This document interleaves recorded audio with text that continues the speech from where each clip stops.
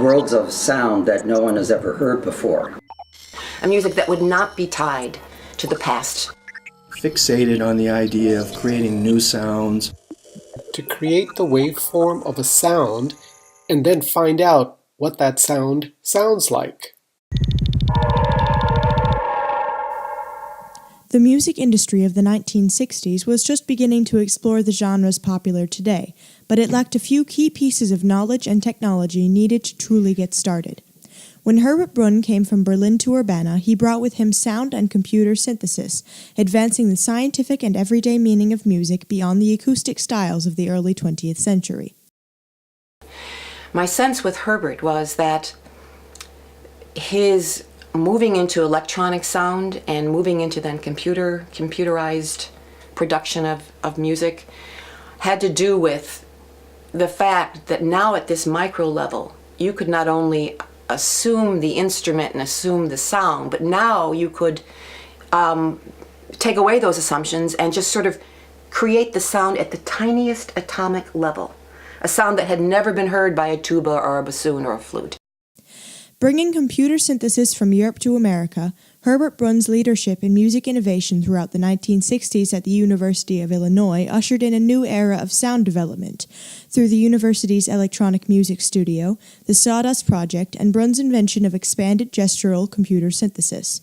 Brunn's contributions to computer synthesis laid the foundations for the familiar swooshes and clicks that characterized the onset of digital sound. The University of Illinois invited Brunn to be in residence in the year 1962, prompting him to bring his family and immigrate to the USA from Germany, which at the time was being separated between the Bundesrepublik Deutschland and the Deutsche Demokratische Republik. Lajaren Hiller, the first composer who used computers to make his music, gave Brunn a teaching job in the music department of the university. The classes he taught there were mostly about composition, but when he became more well-known for his vision and technique with electronics, he started to teach computer music courses as well.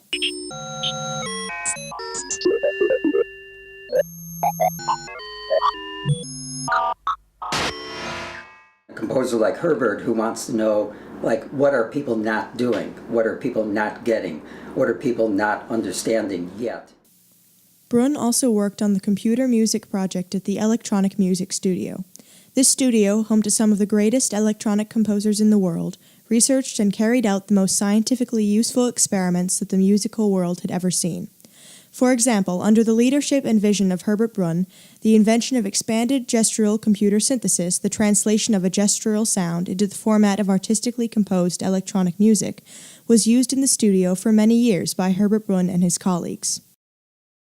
He said there was a time period when the computer was just being constructed, and a lot of it was being done here at the University of Illinois, when people didn't even use the article the computer. They called it computer, because they actually didn't know what it was going to look like.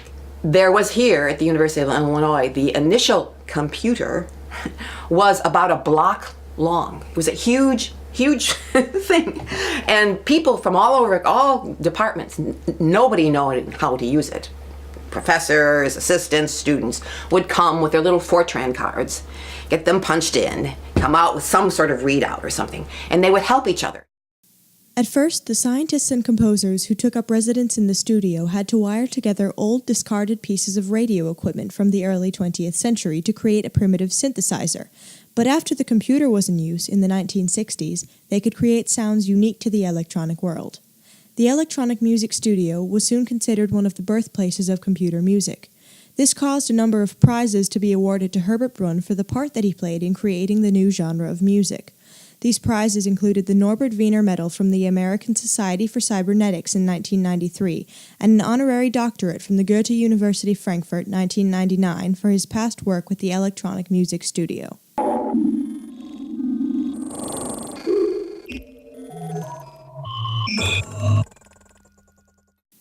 Furthermore, the Sawdust Project contributed greatly to Brunn's legacy and his progress in the sound and music industry. Sawdust was a computer program that could create waveforms developed at the university in the 1970s. The process of composing waveforms was very difficult because most synthesizers could only manipulate sounds fed into input-output machinery. The project was meant to show that electronic or computer music had sounds that were unique to the specific machinery and did not have to start out as gestural sound. It also gives a number of different ways in which that waveform can change over time. These ways are called algorithms, which specifies the series of steps that determine the sequence of changes in a waveform. He also developed a process of composition that emphasized new ways of making music and that was not fixated on the idea of creating new sounds or new kinds of instruments. He actually proposed a way of working with computers that allowed the composer to create everything from the smallest musical atom to the form and structure of the piece as the whole, using a single set of processes and a single approach. Sawdust achieved this, but it also showed the scientific world that it was possible to create a new sound out of other simpler noises. This process worked in a similar way to a chemical reaction. According to Herbert Brunn, sawdust allowed the user to mix waveforms and build them together using elements, links, and transformations, which were different forms of data that determined speed, volume, repetition, and pitch. Sawdust was Brunn's most widely appreciated work, according to the International Society of Bassists in 1997, and the musical work following it was known as the first composition which characterized an art form that became known as computer music.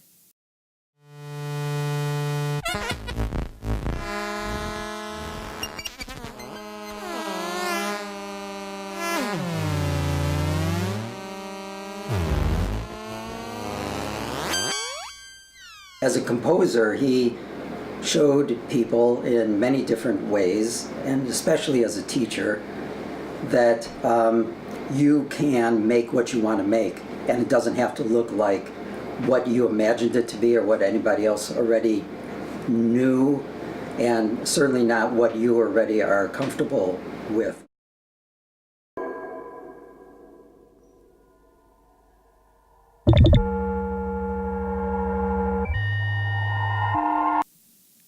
Lastly, the invention of expanded gestural computer synthesis changed the sound of computer music because it allowed the composer to choose a sound that they liked in reality and manipulate it until it resembled something completely different. This was the beginning of small-scale computer synthesis, which turned a visual or sound into a different visual or sound instead of creating a new and different visual or sound. This invention came rather surprisingly from Herbert Brunn, who was always very supportive of creating new sounds that came solely from the electronic world instead of taking something familiar and changing it. It's been called in some places direct synthesis or direct waveform synthesis, and it has to do with a way of creating sound in which a composer doesn't necessarily know exactly what's going to come out. And the emphasis is not so much on creating what you already know you want. The emphasis is on creating something to see what it might sound like.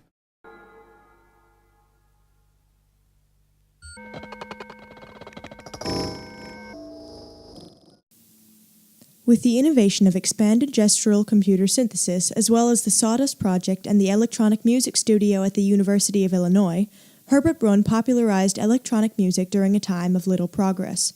Brunn's students at the University of Illinois and at the School for Designing a Society, like Jeff Glassman, Arun Chandra, Mark Sullivan, and Susan Parenti, went on to create compositions of their own and add their own styles of music into the mix of what Brunn left behind. These people continued to use and even to develop the computer synthesis technology originally derived from old pieces of radio equipment. Herbert Brunn gathered the materials and machines needed to create his work and put them to use, developing and introducing a very popular musical genre today.